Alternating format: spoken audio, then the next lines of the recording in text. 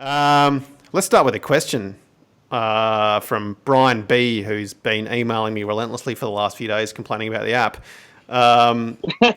Yeah. Basically, I'm not going to read his whole question because there's a lot of text, but basically he's plateauing on the novice linear progression. He said he's been following a good diet and good rest, and believes he's ready to do some light squat days or some back offsets, or even 3x3 for his bench, but the app doesn't allow him to do it. And at that point, I actually told him to jump on a strength club, which is the intermediate app, which would allow him to do that stuff. Basically, he wants to know why that stuff isn't in the novice app. So, do you guys want to take a guess as to why we don't put that stuff in the novice app? Because then you'll have to put the advanced stuff in there too, and you'll be working for the rest of your life.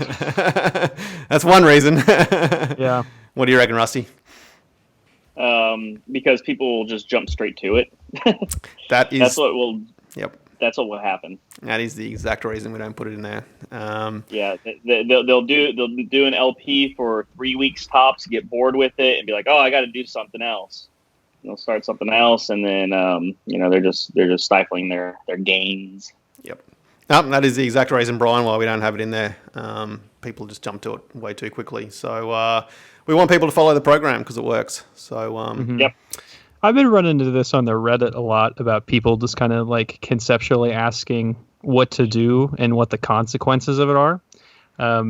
To start, the consequences are nothing. So you'll see a lot of the SSCs be like, you won't explode. You won't catch on fire. If you add a light squat day in, the worst thing that'll happen is that you do a light squat day. So just follow your heart. But if you really care about your progress, either outsource your thinking or start learning yourself.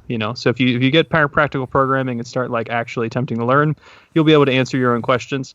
And if you don't feel like doing that because learning is for nerds, then you should get a coach. Yeah.